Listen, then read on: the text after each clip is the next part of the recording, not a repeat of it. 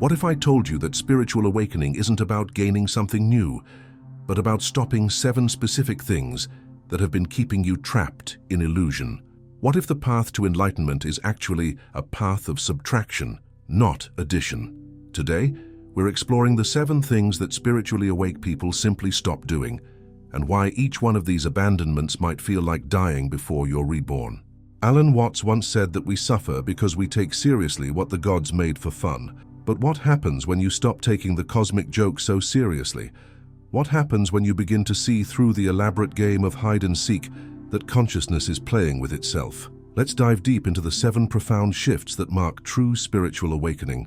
Take a breath here, because what we're about to explore will challenge everything you think you know about who you are.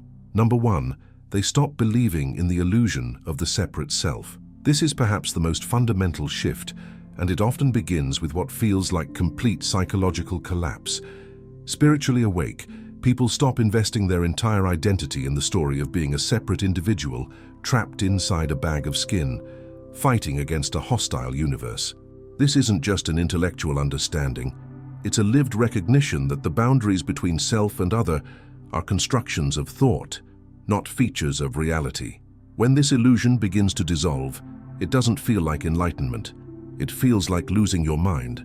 Your carefully constructed personality, your roles, your achievements, your very sense of I starts to feel hollow and fabricated. As Watts would say, you realize you've been playing a character in a movie you forgot you were acting in. The ego fights this dissolution desperately, creating drama and crisis to maintain its sense of separation. But eventually, you stop feeding this illusion and begin to see that you are not a thing in the universe. You are the universe expressing itself as you. Have you ever looked in the mirror and felt like you didn't recognize the person staring back at you? That's the beginning of this profound shift. Number 2, they stop trying to control life's natural flow. Awake people stop engaging in the exhausting battle of trying to force life to conform to their ego's desires and expectations. They recognize what's called the wisdom of insecurity, the understanding that our attempts to control are not only futile, but actually create more suffering. It's like trying to control a river by building dams. Eventually, the pressure builds up and something breaks catastrophically. This letting go often comes after years of what feels like everything falling apart, despite your best efforts to hold it together. Your career might implode, relationships might crumble, health might fail, and in this collapse, you finally understand that your job was never to control the flow, but to learn how to dance with it. As Watts beautifully put it, the only way to make sense out of change is to plunge into it, move with it, and join the dance. When you stop trying to be the director of your life's movie and start allowing yourself to be fully present in each scene, something magical happens. Life begins to flow through you with less resistance and more grace. Pause and feel this. What would happen if you stopped trying to control just one area of your life right now? Number 3, they stop seeking meaning and purpose outside themselves. After the initial collapse of their constructed identity, awakening people often enter what mystics call the dark night of the soul, a period of intense searching for meaning in external sources. They devour spiritual books, seek out gurus and teachers, explore different religions and philosophies, desperately trying to find something solid to stand on in the quicksand of uncertainty. But eventually, they stop this frantic seeking and make a profound discovery. What you are looking for is what is looking. The peace they sought in achievements, the love they sought in relationships, the security they sought in beliefs, the meaning they sought in purposes. All of these were always available in the very awareness that was doing the seeking. This doesn't mean they stop learning or growing, but they stop believing that fulfillment exists somewhere out there, waiting to be found. They realize they are not lacking anything fundamental. They simply forgot their true nature temporarily. The search ends not because they found what they were looking for, but because they realized they were never actually lost. Number 4, they stop judging their experiences as good or bad. This is where the renewed vision begins. Awakened people stop categorizing every experience through the lens of the ego's preferences. They recognize that what Watts called the fundamental illusion includes our constant mental commentary that divides life into pleasant and unpleasant, success and failure, right and wrong. Instead, They begin to see all experiences as equally valuable movements of consciousness exploring itself. This doesn't mean they become passive or lose their ability to make practical decisions. Rather, they stop adding unnecessary suffering to pain by resisting what's happening. They understand that a tree doesn't judge autumn as bad because it loses its leaves. It simply flows with the natural cycles of existence. When you stop fighting reality with your judgments, you discover something remarkable. Even painful experiences contain teachings and gifts that wouldn't be available any other way. The breakdown becomes breakthrough. The crisis becomes opportunity.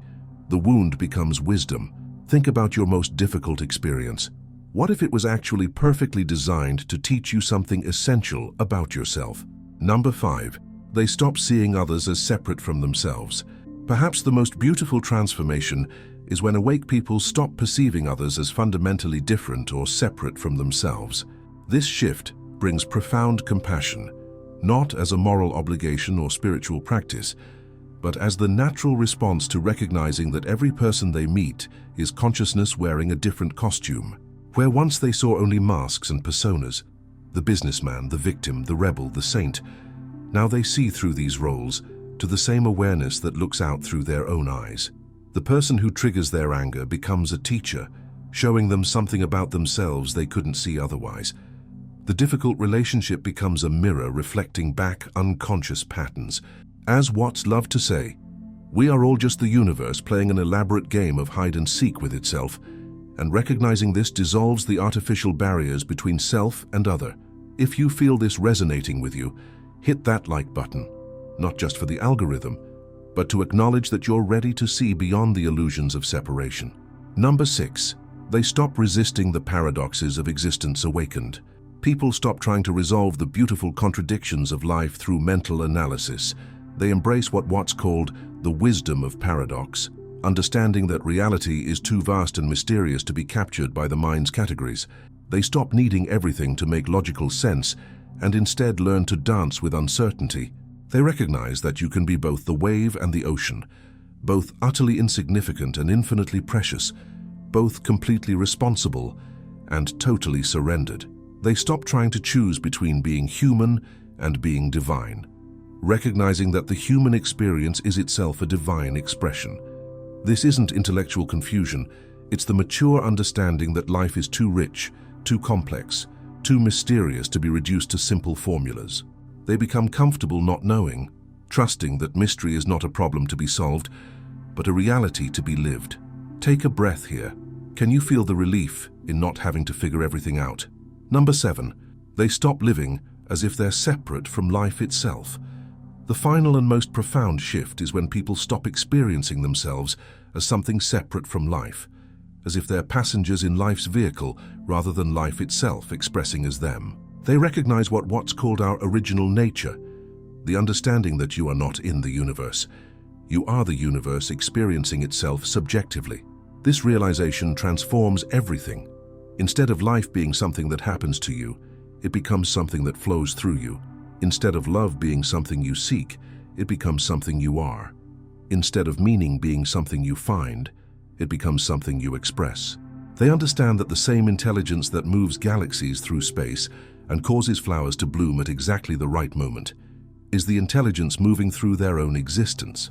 Every breath, every heartbeat, every thought is the cosmos expressing its creativity through the particular pattern of consciousness they represent. They stop asking, what is the meaning of life? And start asking, how is life seeking to express itself through me? This isn't grandiose thinking. It's the humbling recognition that you are simultaneously utterly ordinary and completely miraculous, just like everything else in existence. Here's the beautiful truth that Alan Watts spent his life pointing toward. Awakening is not a destination you arrive at after years of practice and purification. It's a recognition of what you already are, what you have always been, what you could never not be. It's consciousness recognizing itself in the mirror of experience. The 7 things awakened people stop doing aren't arbitrary rules or spiritual achievements. They're natural consequences of seeing clearly. When you truly understand that you are not separate from the totality of existence, these old patterns simply fall away like autumn leaves, making space for something more authentic to emerge. This awakening isn't the end of your human experience, it's the beginning of truly living it. Instead of fighting life, you become life's perfect expression. Instead of seeking fulfillment, you become fulfillment itself. Instead of trying to find your place in the cosmic dance, you realize you never left the dance floor. If this journey into the paradoxes of awakening has stirred something in you, if you're beginning to see that your struggles might actually be invitations to look deeper, then join our community of fellow explorers by hitting that subscribe button. Share your own insights in the comments below. What old pattern are you ready to stop doing? And remember to ring that notification bell, because consciousness loves company on this pathless path of awakening. The universe is waking up to itself through you, as you, in you. And that recognition is not the end of the story. It's the beginning of living in complete alignment with the magnificent mystery of existence itself.